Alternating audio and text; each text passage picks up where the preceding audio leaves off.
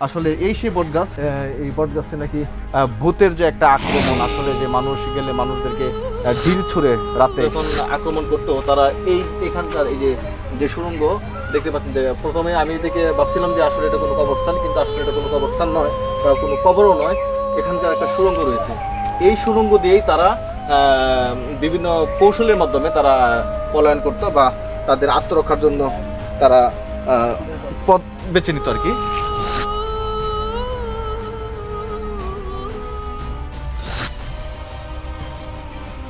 আসসালামু আলাইকুম সম্মানিত দর্শক, বরাবরের মতো স্বাগত জানিয়ে শুরু করছি আজকের পর্ব। আজকের পর্বে আমি উজ্জ্বল রয়েছি আপনাদের সাথে। আজকের পর্ব রহস্য উন্মোচন পর্ব ৩। দর্শক, সমাজে রয়েছে নানান কথা। আদিকাল থেকেই মানুষ সত্যকে সত্য এবং মিথ্যাকে মিথ্যা মনে করে আসছে, কিন্তু বর্তমান সময়ে লক্ষ্য করলে দেখা যায় অধিকাংশ মানুষই মিথ্যার চাদরে সত্যটাকে ঢেকে সত্যটাকে মিথ্যা বা গুজবে পরিণত করে আসছে। এর একটাই কারণ, তা হচ্ছে মানুষ সত্যটিকে ভালোভাবে উপলব্ধি না করার কারণ। দর্শক, আজ আমরা যাচ্ছি এমন একটি জায়গায় যে জায়গা নিয়ে রয়েছে বহু কথা। জায়গাটি হচ্ছে নেত্রকোনা জেলা কেন্দুয়া উপজেলা সুলতানি আমলের সেই রোয়ের বাড়ি দুর্গ এলাকা। সেই দুর্গে রয়েছে একটি রহস্যময় সুড়ঙ্গ, আর সেই সুড়ঙ্গর ভেতর দিয়ে ৫ জন ব্যক্তি চলে যাওয়ার কারণে সেখানে ঘরে ওঠেনি ঢাকা শহর। সেই রহস্যময় সুড়ঙ্গের ভেতর রয়েছে সুলতানি আমলের দামি দামি ধন-দৌলত। তাছাড়া সেই দুর্গ এলাকায় ৫টি পুকুরও রয়েছে। সেই পুকুরের পানিও নাকি কখনো শুকিয়ে যায় না। বলা হয়ে থাকে সেই দুর্গ এক রাতে বিশাল জায়গা জুড়ে রাতারাতি ভেসে উঠেছিল। তাহলে ঘটনা কি আসলেই সত্যি, নাকি তার অন্তরালে রয়েছে কোনো ভয়াবহ চিত্র? জানতে চলেছেন আজকের ভিডিওতে।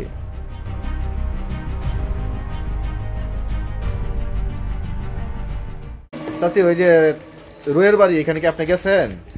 আমি গেছি তো, চিনি তো, আমি যাই কয়েকবারই গেছি। কয়েকবারই গেছেন? ওইখানে যে পুকুর, এটা কি আসলে গৈবি উঠছিল না? আমরা শুনে গেছি। ও, যে গৈবি উঠছিল এরকম শুনে আপনি গেছিলেন না?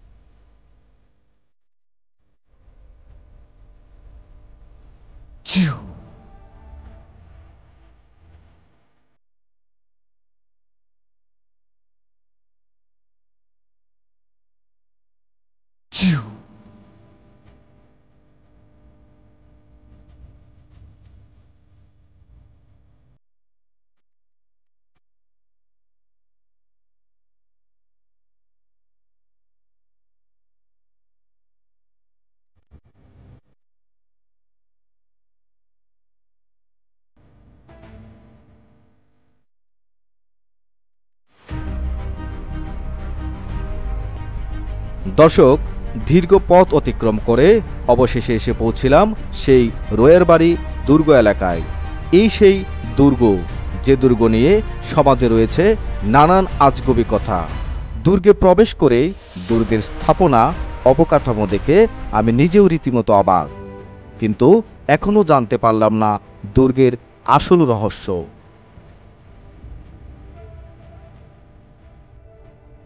দর্শক, বলেছিলাম দুর্গের রহস্যময় একটি সুড়ঙ্গ। চলুন প্রথমে সেই সুড়ঙ্গ পরিদর্শন করা যাক, পরে আমরা সেখানকার স্থানীয় লোকদের সাথে কথা বলে জানব এর বিস্তারিত। দর্শক, এই সুড়ঙ্গের ভেতরে রয়েছে দামি দামি ধন-দৌলত। এবার আমি সেই সুড়ঙ্গের ভেতরে প্রবেশ করার চেষ্টা করব, দেখা যাক কি হয়। আমি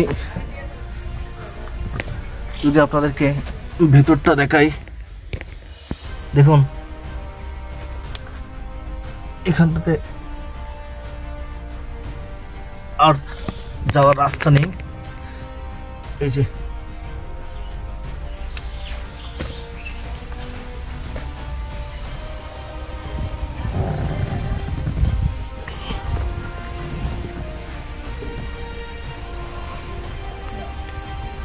দর্শক, প্রবেশ করেছিলাম সুড়ঙ্গের ভেতর, কিন্তু প্রায় সর্বোচ্চ 4 থেকে 5 ফিট পর্যন্ত যাওয়া গেলেও আর ভেতরে প্রবেশ করা সম্ভব হয়নি। ভেতরে রয়েছে একটি দেয়াল। অনুমান করতে পারলাম সেই দেয়াল অতিক্রম করতে পারলে মিলতে পারে ধন দৌলত বা সুলতানি আমলের কিছু সরঞ্জাম। কিন্তু প্রত্নতত্ত্ব অধিদপ্তর এই সুড়ঙ্গ নিয়ে বেশ কয়েকবার তল্লাশি করেছে। প্রত্নতত্ত্ব অধিদপ্তর তল্লাশি করে যদিও সুলতানি আমলের কিছু সরঞ্জাম, সুলতানি আমলের পয়সা, স্বর্ণালঙ্কার উদ্ধার করতে সক্ষম হয়েছে। বর্তমানে এই সুড়ঙ্গ সহ দুর্গ প্রত্নতত্ত্ব অধিদপ্তরের আওতাধীন বলে জানতে পারলাম। এই দুর্গে কোনো পুনর্নির্মাণ বা স্থাপনা নিষেধাজ্ঞা জারি করেছে প্রত্নতত্ত্ব অধিদপ্তর। তো তারপরে আমরা এখানে দেখতে পাচ্ছি বিশাল একটি বট গাছ। আসলে এই সেই বট গাছ যে বট গাছ নিয়ে আমরা যে কথাগুলো শুনে আজকে এখানটাতে আসা। এই বট গাছে নাকি রাতে ভূতের যে একটা আক্রমণ, আসলে যে মানুষ গেলে মানুষদেরকে ঢিল ছুঁড়ে রাতে, এটা কতটুকু সত্য এটাও জানবো। আচ্ছা হুজুর, আমরা যে তথ্যটা পাইছিলাম যেখানকার যে বট গাছটা রয়েছে, এই যে বট গাছ, এখান থেকে রাত্রে মানুষ গভীরে যখন আসা যাওয়া করে, যাতায়াত করে রাস্তা দিয়ে, তখন নাকি এই বট গাছ থেকে নাকি ঢিল ছুঁড়ে, এটা আসলে কতটুকু সত্য এই বিষয়টা একটু আমাদেরকে দর্শকদের উদ্দেশ্যে একটু বলেন। এই বিষয়টা আসলে কিছু মানুষ আমাদের যারা একদম অশিক্ষিত সমাজ, তারা এই আলোচনাটা করে। কিন্তু এটা আমি প্রায় এই 2016 থেকে এখন 24 পর্যন্ত এখানে একদিনও কোনো এরকম আওয়াজ পাই নাই বা এরকম কোনো কিছুই পাইনি। তার মানে এটা আমি একা একা থাকি, অনেক সময় এখানে একা একা ছিলাম, হ্যাঁ অনেক সময়। কিন্তু এখানে এরকম কোনো, এটা মানুষের মুখে একটা আলোচনা, শুধু গুজবে গুজব, এটা একটা গুজব। দর্শক, আমরা সেই কবরের ন্যায় সুড়ঙ্গ নিয়ে অত্র এলাকার একজন স্থানীয় ব্যক্তির সাথে কথা বলছিলাম। চলুন শুনে আসি এই সুড়ঙ্গ নিয়ে তিনি কি ব্যক্ত করেছিলেন।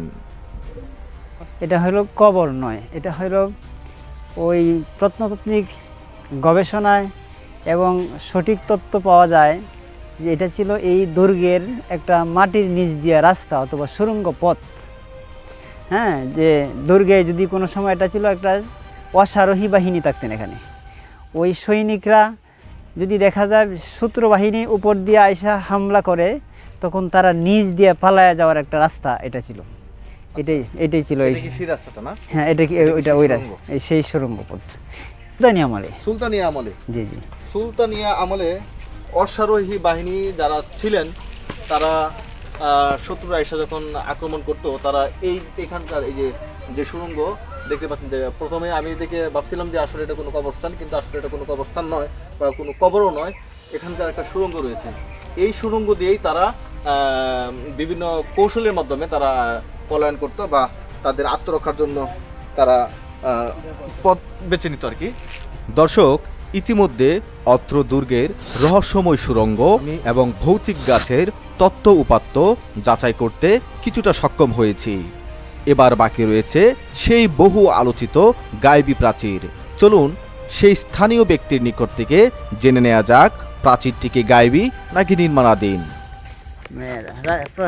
শাসন করতেন, তো ওরা সবাই এখানে নামাজ, তাদের এই দুর্গের একটা মসজিদ, সেটা রাকিরা প্রত্নতাত্ত্বিক গবেষণার প্রথম এই এখনের আগের যে পরিচালক ছিলেন, উনি ছিলেন হিন্দু, সে রাকি রায়। তিনি ওইটা দেখে উনি গবেষণা বলছেন যে স্যার এটা নিশ্চিত মসজিদ, আপনাদের মুসলমানদের সহকারী পরিচালনা ছিলেন, ওনাকে বলছেন এবং আমাদেরকেও বলছেন যে এটা একটা নিশ্চিত একটা মসজিদ ছিল সুলতানি আমলের, সেটা এই জন্য।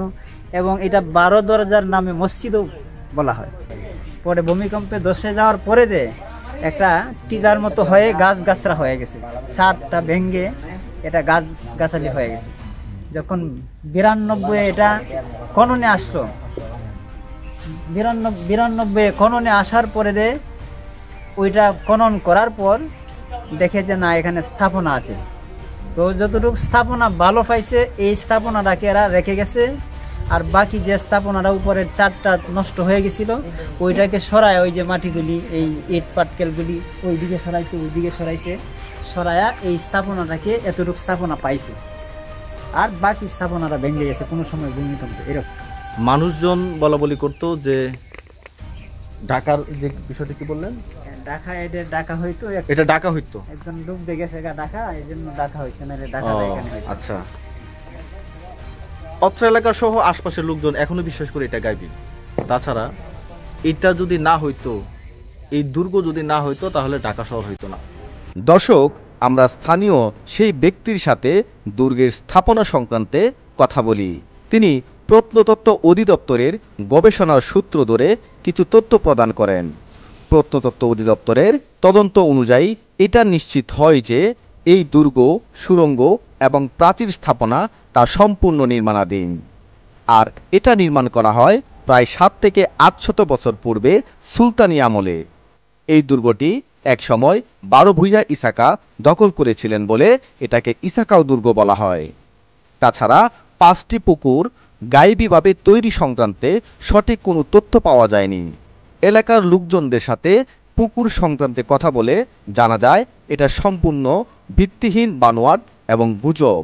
দর্শক, রোয়ারবাড়ি দুর্গ সংক্রান্তে যথেষ্ট পরিমাণ চেষ্টা চালিয়ে আপনাদের মাঝে সত্যটি তুলে ধরতে সক্ষম হয়েছি বলে আশা করছি। সম্মানিত দর্শক, আজ এ পর্যন্তই। এমন ইন্টারেস্টিং ভিডিও পেতে আমাদের চ্যানেলটি সাবস্ক্রাইব করে পাশে থাকুন। একটি লাইক দিয়ে কমেন্ট করে আপনার মূল্যবান মতামত জানিয়ে দিবেন। ভিডিওতে ভুল ত্রুটি ক্ষমা সুন্দর দৃষ্টিতে দেখার জন্য বিনীত অনুরোধ রইল।